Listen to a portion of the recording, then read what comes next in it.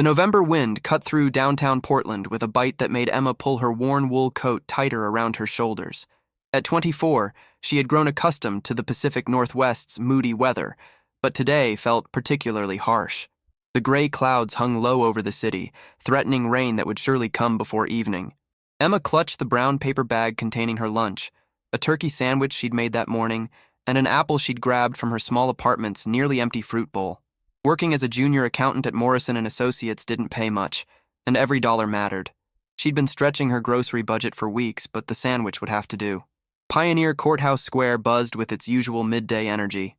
Office workers hurried past, their faces buried in phones or hidden behind coffee cups.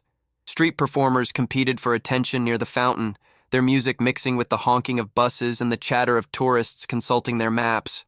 Emma had planned to eat her lunch on one of the benches before heading back to the office for another afternoon of spreadsheets and client calls.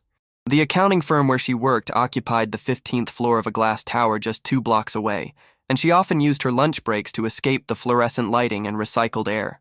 As she approached the entrance to Pioneer Place Mall, she noticed him. An older man, perhaps in his 60s, sat propped against the brick wall beside the main entrance. His clothes were layered and weathered, a knit cap pulled low over gray hair that needed cutting. A cardboard sign rested against his knees, the words, "Anything helps. God bless," written in careful block letters. What struck Emma wasn't just his appearance. She'd seen homeless individuals throughout the city before. It was the way he sat so quietly, not calling out to passers-by or shaking a cup. He simply existed in that space, watching the world move around him with eyes that held a deep weariness. Emma slowed her pace, her grip tightening on the paper bag. She thought about her own empty refrigerator, about the bills stacked on her kitchen counter, about the student loans that seemed to grow rather than shrink each month. The responsible thing would be to keep walking, to save her lunch for herself. But something in the man's stillness made her stop. "Excuse me," she said softly, approaching him with careful steps. He looked up, and she saw that his eyes were a clear blue, surprisingly bright in his weathered face. "Yes, miss? I was wondering, would you like this?" Emma held out the paper bag, feeling suddenly self-conscious. "It's just a sandwich and an apple, but it's fresh." The man's expression shifted, surprise replacing the resigned acceptance she'd seen moments before. "Are you sure? You don't need to—" "I'm sure," Emma interrupted gently. "I hope you like turkey." He accepted the bag with hands that trembled slightly, either from cold or emotion. "Thank you," he said, his voice thick. "Thank you so much. I'm Walter." "Emma," she replied, surprised by how natural the introduction felt. "Emma," Walter repeated, as if testing the name. "That's a beautiful name. My grandmother was Emma." They sat in comfortable silence for a moment, the bustle of the square continuing around them. Emma found herself in no hurry to leave, despite the fact that her lunch break was ticking away. "Have you been in Portland long?" she asked. Walter's smile was sad but genuine. "Born and raised. Worked at the shipyard for 37 years before it closed down. That was, about 8 years ago now. Things got complicated after that." Emma nodded, understanding that complicated likely covered a multitude of hardships. She'd learned enough about life to know that homelessness rarely had simple causes or easy solutions. "The sandwich smells wonderful," Walter said, opening the bag and peering inside. "Better than anything I've had in weeks." "I hope it's enough," Emma said, wishing she had more to offer. "More than enough," Walter assured her. "You've got a kind heart, Emma. That's rarer than you might think." Emma felt a warmth spread through her chest despite the cold air. "It's just lunch," she said. "No," Walter shook his head slowly. "It's much more than that. It's seeing someone when most people look right through them. It's choosing kindness when you could choose convenience. That matters." A businessman in an expensive-looking charcoal suit walked past them, speaking loudly into his phone about quarterly projections. He didn't even glance in their direction, his attention completely absorbed by his conversation. Emma watched him disappear into the crowd and wondered when she'd stopped really seeing people herself. "I should probably get back to work," Emma said reluctantly, checking her phone. "But it was nice meeting you, Walter." "You too, Emma. And thank you again. Really." Emma stood, brushing off her coat. "Take care of yourself, okay?" As she turned to leave, Walter called after her. "Emma, that kindness you showed today, it's going to come back to you. I believe that." Emma smiled and waved, thinking Walter's optimism was touching but probably misplaced. In her experience, kindness was its own reward. Expecting anything more usually led to disappointment. She walked back toward her office building, her stomach already beginning to protest the absence of lunch. She'd grab a granola bar from her desk drawer and make do until dinner. It wasn't the first time she'd skipped a meal, and it wouldn't be the last. The afternoon air was getting colder, and Emma quickened her pace. Behind her, she could hear Walter unwrapping the sandwich, and the sound made her smile despite her growing hunger. Sometimes the simplest gestures felt the most important. As she reached the crosswalk, waiting for the light to change, Emma reflected on Walter's words about kindness returning to her. She didn't do good things expecting rewards. That wasn't the point. But there was something comforting about his certainty, about his belief that the world operated on some kind of moral balance. The light changed, and Emma crossed the street, leaving Walter behind but carrying the warmth of their brief connection with her back to the office. Emma had barely settled back at her desk when her phone buzzed with a text from her roommate, Chloe. Rent reminder, need your half by Friday. The emoji did nothing to soften the anxiety that immediately knotted in Emma's stomach. Friday was 3 days away, and she was still $47 short. She'd been hoping her paycheck would stretch further this month, but the car repair from 2 weeks ago had eaten into her carefully planned budget. She pulled up her banking app, staring at the numbers that seemed to mock her. After rent, utilities, and groceries, she'd have maybe $20 left for the rest of the month. Emma closed the app and tried to refocus on the invoices scattered across her desk. Thompson, my office, 5 minutes. The voice of Richard Morrison, the firm's managing partner, cut through the office chatter like a blade. Emma's supervisor, Janet, shot her a sympathetic look from across the cubicle wall. Did you forget to file something? Janet whispered. I don't think so, Emma replied, mentally reviewing her recent work. She'd been meticulous with every client file, double-checking every entry. But Morrison had a reputation for finding problems where none existed. The walk to Morrison's corner office felt longer than usual. Through the floor-to-ceiling windows, Emma could see the city spreading out below, including Pioneer Courthouse Square where she'd met Walter just an hour ago. The view from the 15th floor made everything look small and manageable, which was ironic considering how overwhelming her life felt at ground level. Morrison's door was open, and he gestured impatiently for her to enter without looking up from his computer screen. Close the door and sit down. Emma's heart rate quickened. In her 8 months at the firm, she'd only been in Morrison's office twice, once during her hiring interview and once during her 3-month review. Neither conversation had required a closed door. The Henderson account, Morrison said without preamble, finally looking at her with sharp gray eyes. You've been handling their monthly reconciliations. Yes, sir. Is there a problem? Morrison leaned back in his leather chair, studying her with an expression she couldn't read. Mrs. Henderson called this morning. Apparently you caught a significant discrepancy that their previous accounting firm missed for 6 months. A discrepancy that saved them nearly $8,000 in unnecessary fees. Emma blinked, trying to process whether this was good news or bad news. The vendor invoices didn't match their contracts. I thought it was worth flagging. Worth flagging, Morrison repeated slowly. Thompson, do you have any idea how many junior accountants would have simply processed those invoices without a second thought? No, sir. Most of them. Morrison opened a file folder on his desk. Mrs. Henderson was quite complimentary about your attention to detail. She specifically requested that you continue handling their account. Relief flooded through Emma so quickly that she felt lightheaded. Thank you, sir. I'm glad I could help. There's more. Morrison closed the folder and looked at her directly. We're promoting you to senior associate, effective immediately. That comes with a salary increase of $8,000 annually, plus performance bonuses. Emma stared at him, certain she'd misheard. I'm sorry, what? You heard me correctly. Janet will handle the paperwork this afternoon. Your new salary takes effect with your next paycheck. The math hit Emma like a physical force. $8,000 more per year meant over $600 additional dollars per month. It meant she could pay rent without anxiety, buy groceries without calculating every item, maybe even start saving money again. I don't know what to say, Emma managed. Thank you. This is incredible. Morrison's expression softened slightly. You earned it, Thompson. Good work is rewarded here. That's how we maintain our reputation. Emma practically floated back to her desk, the afternoon spreadsheet suddenly seeming less like drudgery and more like opportunity. Janet congratulated her with genuine warmth, and even a few of the other junior associates stopped by to offer their congratulations. By 5 o'clock, Emma's head was spinning with the day's events. She decided to walk home instead of taking the bus, needing the movement and fresh air to process everything that had happened. The route took her past Pioneer Courthouse Square again, and she found herself looking for Walter, but his spot by the mall entrance was empty. She hoped he'd found somewhere warm for the evening, and that the sandwich had provided some comfort. As she continued walking, Emma's phone rang. The caller ID showed her mother's number from Sacramento. "Hi, Mom." "Emma, honey, how was your day?" Emma smiled, hearing the familiar warmth in her mother's voice. "Actually, it was pretty amazing. I got promoted today." "Oh, sweetheart, that's wonderful.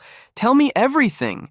As Emma recounted the day's events, she found herself thinking about Walter's words. "That kindness you showed today? It's going to come back to you." The timing seemed too coincidental to ignore, though Emma knew rationally that her promotion had nothing to do with giving away her lunch. "I'm so proud of you," her mother said when Emma finished the story. "You've worked so hard for this." "Thanks, Mom. It still doesn't feel real." "It should. You deserve every bit of success coming your way." After they hung up, Emma continued her walk through the downtown streets. The early evening light cast long shadows between the buildings, and the air carried the scent of rain that would arrive before midnight. She passed a small flower shop where an elderly woman was bringing in the outdoor displays for the night.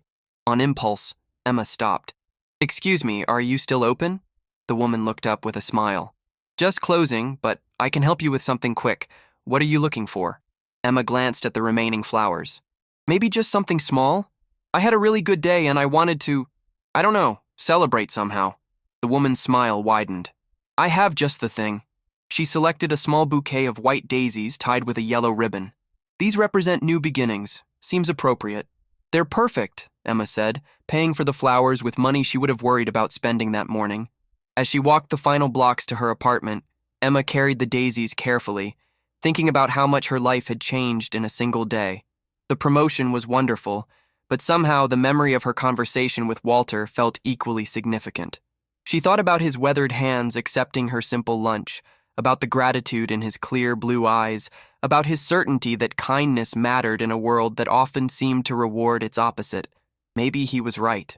Maybe the universe did operate on some kind of balance, where small acts of goodness created ripples that eventually found their way back to their source. Or maybe it was all just coincidence, and she'd simply had a very good day. Either way, Emma decided, as she climbed the stairs to her apartment, she would choose to believe in Walter's version of the world. It felt like a better way to live. The next morning brought the promised rain, a steady downpour that turned Portland streets into rivers of reflected neon and headlights. Emma stood at her kitchen window, watching the water cascade down the glass while her coffee brewed. The promotion still felt surreal, like a dream she might wake up from at any moment. Her phone buzzed with another text from Chloe, who was already at her job at the art gallery downtown. "Heard about your promotion? Coffee after work to celebrate?" Emma smiled as she typed back, "Definitely. My treat this time." The simple phrase, "my treat," sent a small thrill through her. For the first time in months, she could offer to pay for coffee without mentally calculating whether she could afford it. The feeling was intoxicating. She grabbed her umbrella and headed out into the rain, deciding to take the same route to work that had served her so well yesterday. As she approached Pioneer Courthouse Square, she looked for Walter, hoping to share her good news with the man whose words had stayed with her all night. The spot where he'd sat yesterday was occupied by a different person, a younger man with a sign requesting help with bus fare. Emma felt a pang of disappointment.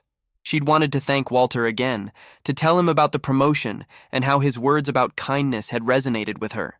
The morning passed quickly at the office. Janet walked Emma through her new responsibilities, introduced her to clients she'd be working with directly, and showed her to a small office, her first real office with a door and a window. It wasn't much bigger than a closet, but it was hers. "The nameplate should be ready by Monday," Janet said, gesturing to the empty space on the door.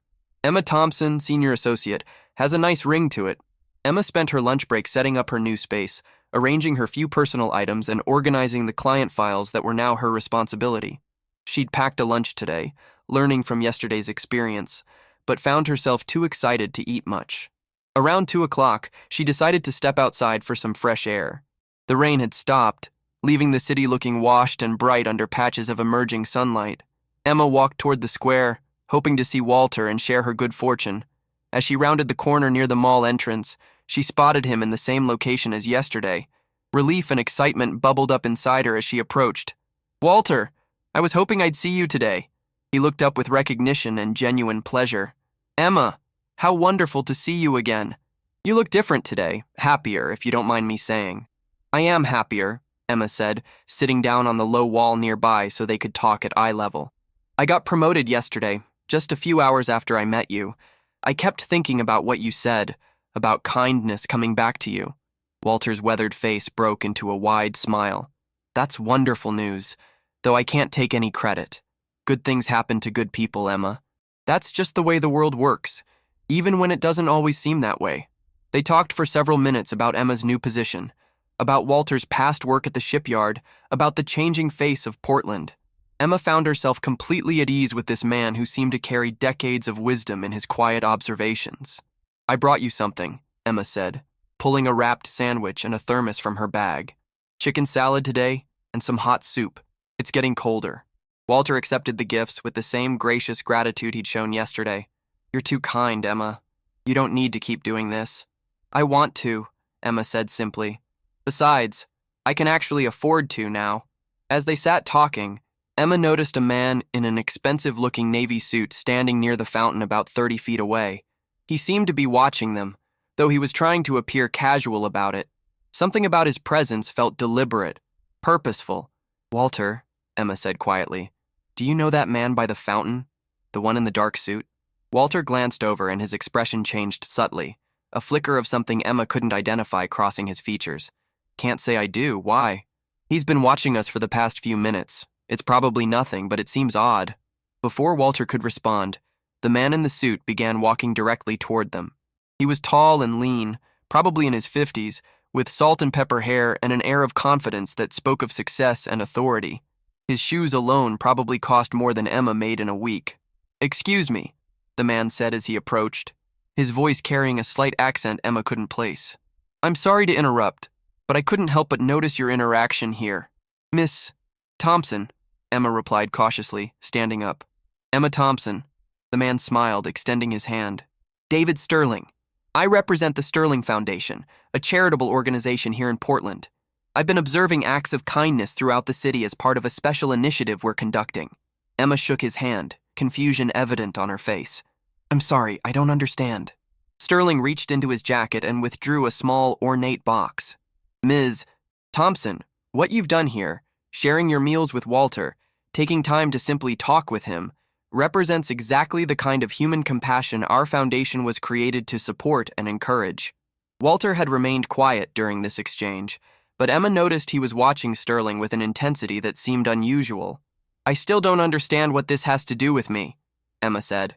Sterling opened the box, revealing an unusual brass key. It was old-fashioned looking, with intricate engravings along its length and a distinctive curved head. "This key opens a storage unit downtown. Inside, you'll find something that we hope will help you continue your acts of kindness on a larger scale." Emma stared at the key, then at Sterling, then at Walter. "This is some kind of joke, right? People don't just give random keys to strangers on the street." "I assure you, this is quite real," Sterling said, his expression serious. "The Sterling Foundation has been operating quietly in Portland for over 20 years. We believe in rewarding genuine kindness when we encounter it. What you did yesterday, and again today, demonstrates the kind of character we're looking for." "Looking for what?" Sterling placed the key in Emma's palm. "The storage unit is at Secure Space on Burnside Avenue, Unit 247. The contents are yours, no strings attached. Consider it an investment in kindness." Emma looked down at the key, its weight surprising her. The metal was warm from Sterling's hands, and the engravings seemed to catch the light in unusual ways. "I can't accept this," she said, trying to hand the key back. "I don't even know what it opens, and I certainly haven't done anything to deserve some kind of reward." Sterling held up his hand, refusing to take the key back. "Ms. Thompson, kindness isn't about deserving rewards. It's about making choices that lift others up, even when no one is watching. You made those choices. The key is yours." Before Emma could protest further, Sterling turned to Walter. "Thank you for your role in this, Walter. The Foundation appreciates your assistance." Emma's head snapped toward Walter, confusion flooding through her. Your role? Walter, what is he talking about? Walter's expression was apologetic but not surprised. Emma, I think you need to hear what Mr. Sterling has to say. Sterling checked his watch. I'm afraid I have another appointment, but Ms. Thompson, I encourage you to visit the storage unit when you're ready. There's a letter inside that will explain everything. He handed her a business card. If you have questions, you can reach me at this number. With that, Sterling turned and walked away, disappearing into the crowd of afternoon pedestrians as quickly as he had appeared. Emma stood frozen, clutching the key and business card, her mind racing with questions. She turned to Walter, who was watching her with gentle eyes. Walter, what just happened? What did he mean about your role in this? Walter sighed softly. Emma, I think you should go see what's in that storage unit. Some questions can only be answered by taking the next step. But how did he know I would be here? How did he know about yesterday? I honestly don't know all the details, Walter said. But I do know that David Sterling is a good man who does good work. If he says the key is yours, then it's yours for a reason. Emma looked down at the key again, its mysterious engravings seeming to pulse with possibility. Part of her wanted to throw it away and pretend this bizarre encounter had never happened. But a larger part, the part that had been brave enough to give her lunch to a stranger, was curious about what lay waiting in Unit 247. Will you still be here tomorrow? She asked Walter. I expect so, he replied with a smile. Same time, same place. Emma nodded, pocketing the key and business card. I need to think about this. Of course you do. But Emma, sometimes the most important moments in our lives don't announce themselves. Sometimes they just feel like ordinary Tuesday afternoons when strange men give us mysterious keys. As Emma walked back to her office, the key seemed to grow heavier in her pocket with each step. She had no idea what she would find in that storage unit, but she knew with absolute certainty that her life was about to change again. The question was she brave enough to find out how? Emma spent the entire evening staring at the brass key, turning it over in her hands while Chloe chatted about her day at the gallery. The key sat on their small kitchen table like an artifact from another world, its intricate engravings catching the light from their overhead fixture. You're not listening to a word I'm saying, Chloe observed, following Emma's gaze to the key. Okay, I'll bite. What's with the antique key? And don't tell me you bought it at some vintage shop. I know you can't afford vintage shops. Emma had been debating how much to tell her roommate. The whole story sounded impossibly far-fetched, even to her. Someone gave it to me today. It opens a storage unit. Someone just gave you a key to a storage unit? Emma, that's either incredibly weird or incredibly suspicious. Maybe both. It's definitely weird, Emma agreed. But I think it might be legitimate. The man said he represented some kind of charitable foundation. Chloe raised an eyebrow. And you believed him? I don't know what I believe. But I have his business card, and I looked up the Sterling Foundation online. It's real. They've been operating in Portland for decades. They fund community programs, homeless shelters, education initiatives. That doesn't mean some random guy has the authority to hand out mystery storage units, Chloe pointed out reasonably. Emma sighed, pocketing the key again. You're right. It's probably some kind of scam or practical joke. I should just forget about it. But as she lay in bed that night, Emma found it impossible to forget. The weight of the key in her pocket seemed symbolic of something larger, a choice between the safe, predictable life she'd been living and something unknown but potentially extraordinary. She thought about Walter's words. Sometimes the most important moments in our lives don't announce themselves. What if this was one of those moments? What if the safe choice was actually the riskier one in the long run? The next morning dawned clear and cold, with the kind of crisp autumn air that made everything seem more vivid. Emma had made her decision sometime around 3 a.m., though she couldn't pinpoint the exact moment when curiosity had won over caution. She called in sick to work, the first time she'd ever used a personal day for something that wasn't actually illness, and took the bus to Burnside Avenue. Secure Space Storage was a sprawling complex of identical orange buildings, the kind of place where people stored the overflow of their lives. The facility manager, a cheerful woman named Rosa, checked Emma's ID against a list and seemed unsurprised to see her. Unit 247, Rosa confirmed, handing Emma a clipboard to sign. Mr. Sterling said you'd be coming by. Nice man. The Foundation has rented storage here for years. Emma followed Rosa's directions through the maze of units, her heart beating faster with each step. When she finally stood in front of Unit 247, the key felt almost alive in her hand. The lock turned easily, and the metal door rolled up with a mechanical groan that echoed through the storage facility. Emma stepped inside and immediately noticed the envelope taped to the wall beside the light switch. Her name was written across it in elegant handwriting. She tore open the envelope and unfolded the letter inside. Dear Emma, if you're reading this, you've chosen courage over caution, a choice that speaks well of your character. The Sterling Foundation has been quietly operating in Portland for 23 years, founded by my late wife Margaret, after she witnessed a simple act of kindness that changed her perspective on how we can impact each other's lives. Margaret believed that genuine compassion is the rarest and most valuable quality a person can possess. She also believed that when we find it, we should nurture and support it however we can. Walter has been working with our foundation for several years, helping us identify individuals who demonstrate the kind of authentic kindness Margaret valued. Your actions over the past 2 days, giving your lunch to a stranger, taking time to see him as a person rather than an obstacle, brought you to our attention. What you'll find in this storage unit is not a reward for your kindness, but rather a tool to help you expand it. The foundation is offering you a position as a community outreach coordinator, with a starting salary of $65,000 annually plus benefits. Your job would be to identify community needs, develop programs to address them, and work directly with individuals who need support. The supplies and equipment in this unit are for the mobile outreach program you would oversee, a converted van equipped to provide hot meals, medical supplies, job placement assistance, and temporary shelter referrals to homeless individuals throughout Portland. This position is yours if you want it. If you don't, simply lock the unit and walk away. No questions asked, no obligations. The choice, as always, is yours. Sincerely, David Sterling, Executive Director, Sterling Foundation. Emma read the letter twice, then a third time, before the words fully registered. She looked around the storage unit with new eyes, taking in the carefully organized supplies. Medical kits, warm clothing sorted by size, non-perishable food items, folding tables and chairs, tablet computers for job applications, even a small generator. In the back corner sat something covered by a heavy tarp. Emma pulled it away to reveal a detailed scale model of a van, complete with tiny replicas of all the equipment she'd just seen. A smaller envelope was taped to the model's roof. Emma, this is what the actual van looks like. It's parked in space 15 outside. The keys are under the driver's seat. The position starts whenever you're ready. DS. Emma sank into one of the folding chairs, overwhelmed by the magnitude of what she was being offered. This wasn't just a job.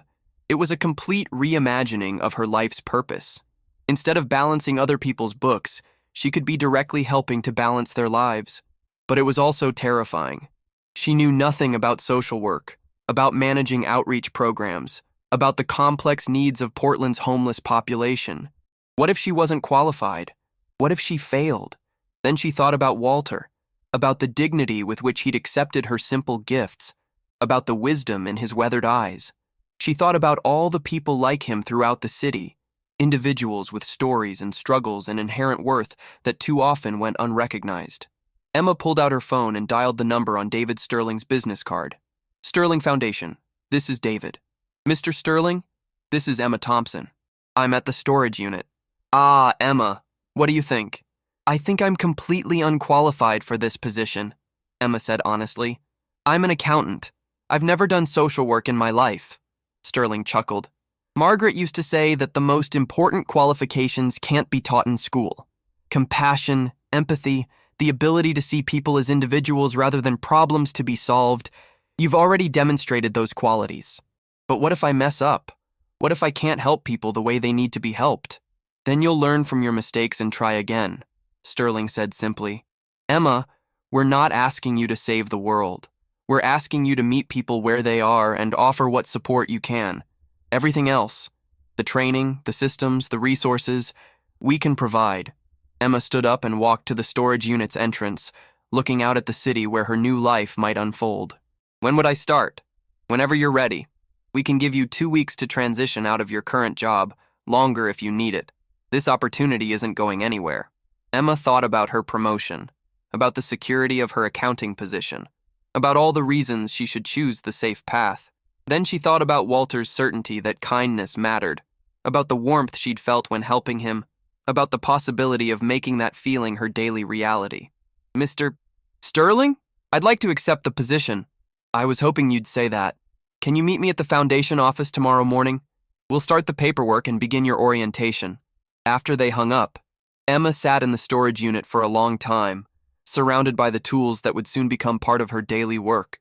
The mobile outreach van waited outside, ready to carry her into communities and conversations she'd never imagined being part of. She thought about calling Chloe, about calling her mother, about sharing this incredible turn her life had taken. But first, she wanted to see Walter, to tell him about the letter and thank him for whatever role he'd played in bringing this opportunity to her. Emma locked the storage unit and walked to her car, the keys to the outreach van heavy in her pocket.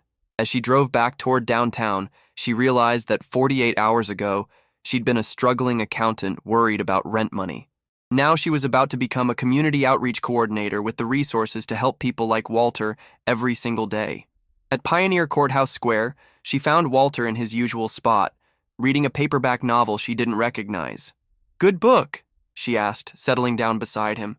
Walter looked up with his familiar smile. "Not bad. How are you doing, Emma? You look different today. More settled somehow." "I went to the storage unit," Emma said. "I read the letter. I accepted the job." Walter's smile widened into something brilliant. "I was hoping you would. David Sterling is a good man, and the foundation does important work. You'll fit right in." "Walter, how long have you been working with them?" "About 3 years now," Walter admitted. "Not everyone who shows kindness to a homeless person gets offered a job, if that's what you're wondering. The foundation has very specific criteria for the positions they offer. Genuine compassion is rarer than you might think." Emma shook her head, still marveling at the elaborate series of events that had led her here. "I gave you a sandwich, Walter." "One sandwich." "No," Walter said gently. "You saw me as a person worthy of kindness. You sat with me, talked with me, treated me like I mattered. The sandwich was just the beginning." They sat together in comfortable silence, watching the city move around them. Emma realized that this might be one of the last times she'd visit this spot as just another passerby. Soon, she'd be here in an official capacity, meeting people, offering resources, being part of the solution to problems she was only beginning to understand. "Walter, will you help me learn how to do this job? I have no idea what I'm doing." Walter's laugh was warm and genuine. "Emma, you've been doing this job your whole life. You just didn't know you were getting paid for it." As the afternoon sun broke through the Portland clouds, casting long shadows across the square, Emma felt something she hadn't experienced in years: absolute certainty that she was exactly where she was supposed to be. The brass key in her pocket had unlocked more than just a storage unit. It had opened a door to a life she'd never imagined but somehow always been meant to live. Sometimes, Emma thought, the most extraordinary changes begin with the most ordinary moments. A lunch shared with a stranger, a conversation that sees past surfaces, a choice to trust in kindness even when the world suggests otherwise. And sometimes, if you're very lucky, that kindness finds its way back to you, multiplied beyond your wildest dreams.